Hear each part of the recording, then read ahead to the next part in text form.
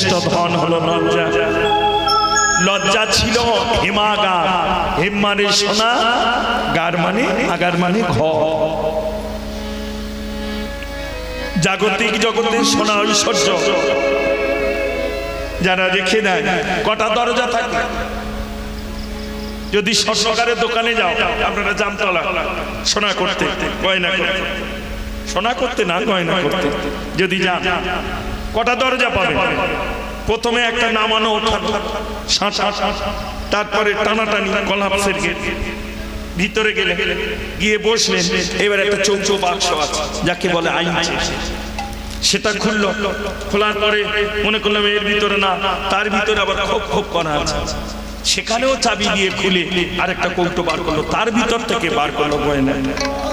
তাহলে 4টে 5টা 6টা দরজা। কিন্তু লজ্জারূপ ঐশ্বর্য আমি যেখানে লুকিয়েছিলাম তার দ্বার ছিল 9টা, ভজন ঘরে গেলে 10টা। লোকাচারের দ্বার হচ্ছে 9টা, ভজন দ্বার গেলে 10টা। যদি বলে এও কেমন বাবা, মিলিয়ে না আমার, আর হয়তো দেখা হবে না কোনোদিন, জয় রাধে, 2-3 বারই বলে গেলাম, মিলিয়ে নাও। 2টি শ্রবণ দ্বার, 2টি নাসিকা দ্বার, 2টি নয়ন দ্বার, 1টি বদন দ্বার। কটা হলো? 7। 1টি পায়ু, 1টি উপাস্ত মানে পেচ্ছাপ পায়খানার দ্বার, 1টি পায়ু দ্বার, 1টি উপাস্ত দ্বার। কটা হলো? এইটা হচ্ছে সহজিয়াদের জন্য 9টা দ্বার।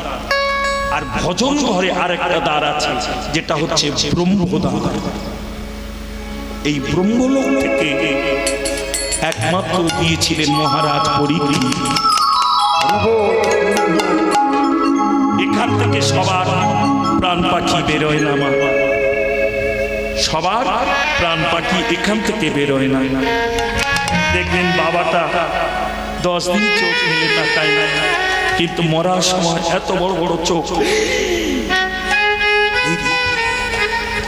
আবার দেখবেন 3 দিন ধরে বাবা কিছু পাচ্ছে না, মরার সময়। হরে কৃষ্ণ। কারণ মলদার দিও কাল পায়খানা বলেন, বেরিয়ে যায় না। কোন দাঁত দিয়ে?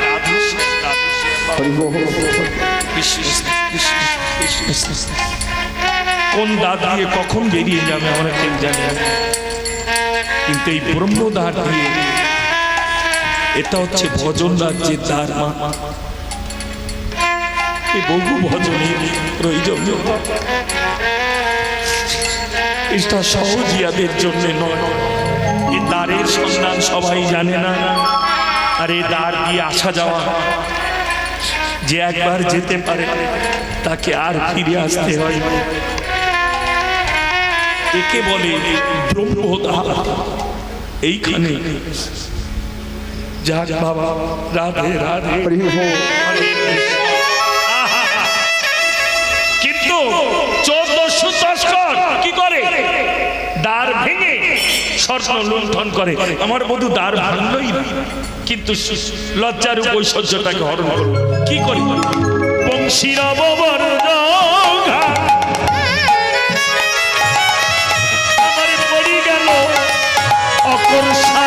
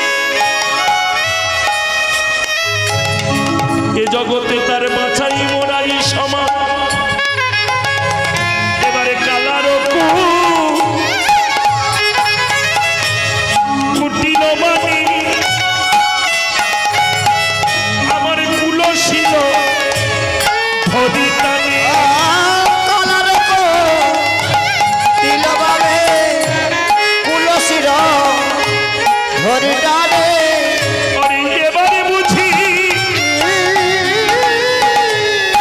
উঠে যাবে বাঁশি রে। এবার বলি উঠে যাবে মায়া। ওরে প্রাণ মাত্র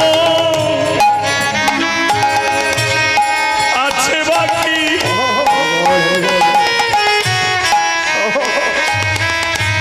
আরে তাও বুঝি যাবে সখী। প্রাণে মাত্র আছে বাকি,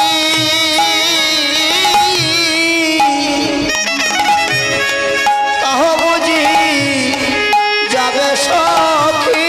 ওই গোবিন্দ খালি ভালোবেসে ললিতার আমার প্রাণে মাত্র আছে বাকি,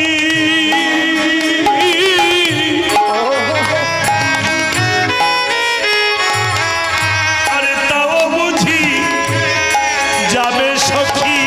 আর প্রাণে মাত্র আছে বাকি,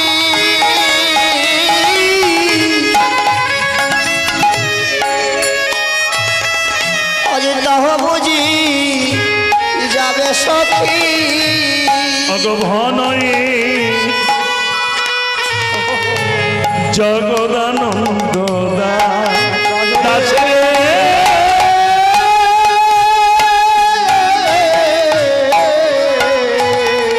আরে ঘরে জগদানন্দ গায়ে রে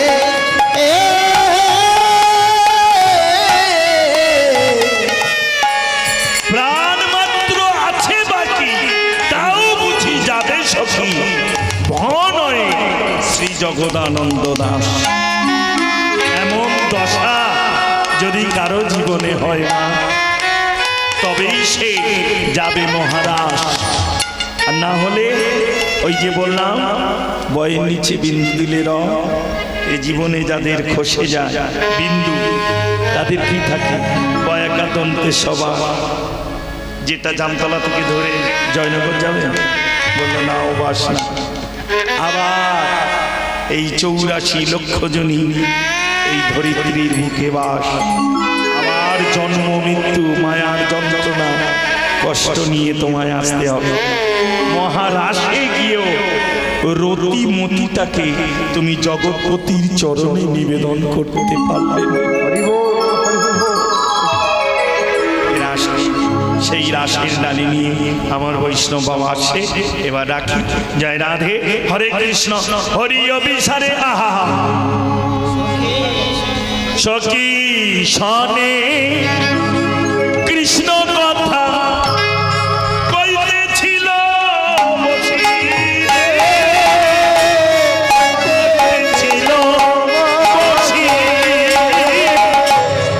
সখী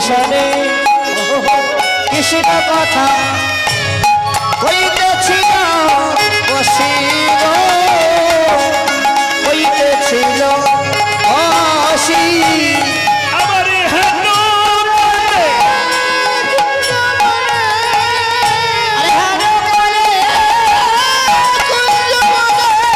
বাজলা শ্যামেরি বাঁশি,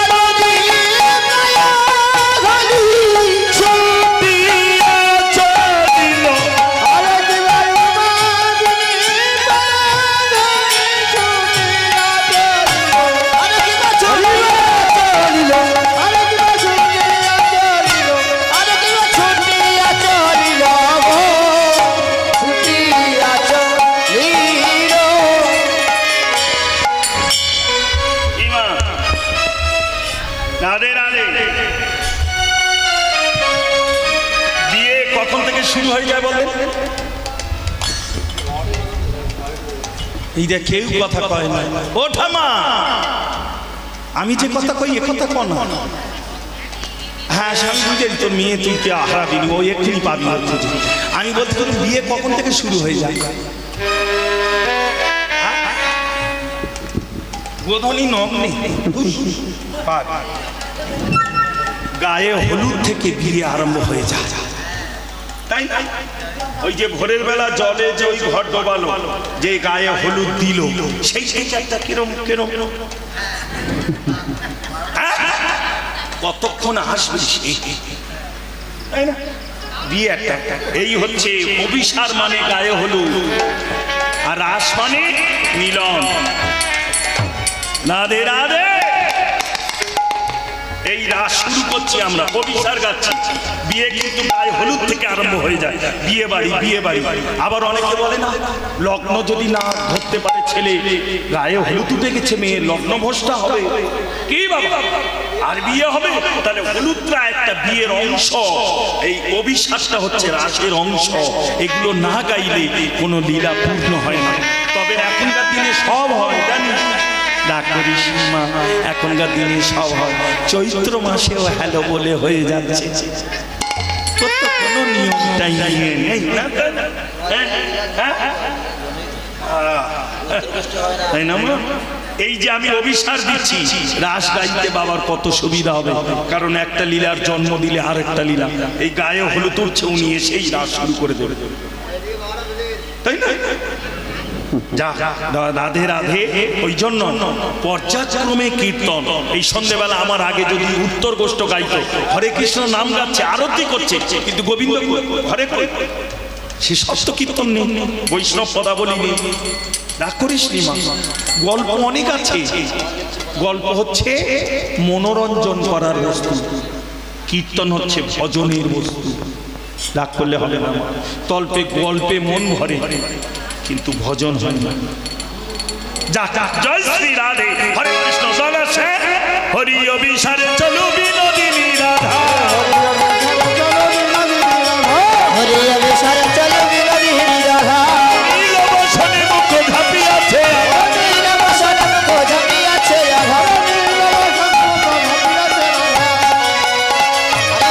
বসনে মুখ ঝাঁপিয়াছে রাধা। এবারে চলিল ললিতা সখী ফুল সাজি সঙ্গে, ফুল ফেলি যায় নানা রঙে, ফুলের উপরে ধরি পদ দিয়া যায়, বৃন্দাবনার কত দূরে সখীর সুধার। এবারে মাধবী তরুয়া তলে দেখে শ্যামরা, মুরলী ধরি দাঁড়াইয়া রয়, দাস কহে বড় ভালো ভালো, দাস কহে দিলাম না সব, যদুনাথে দাস কহে দিলাম না সব। আবার দয়া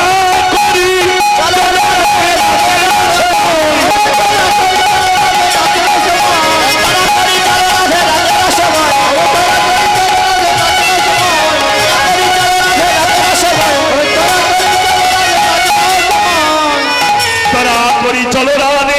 সখী সনে অভিসারে গেলেন রাধারানী।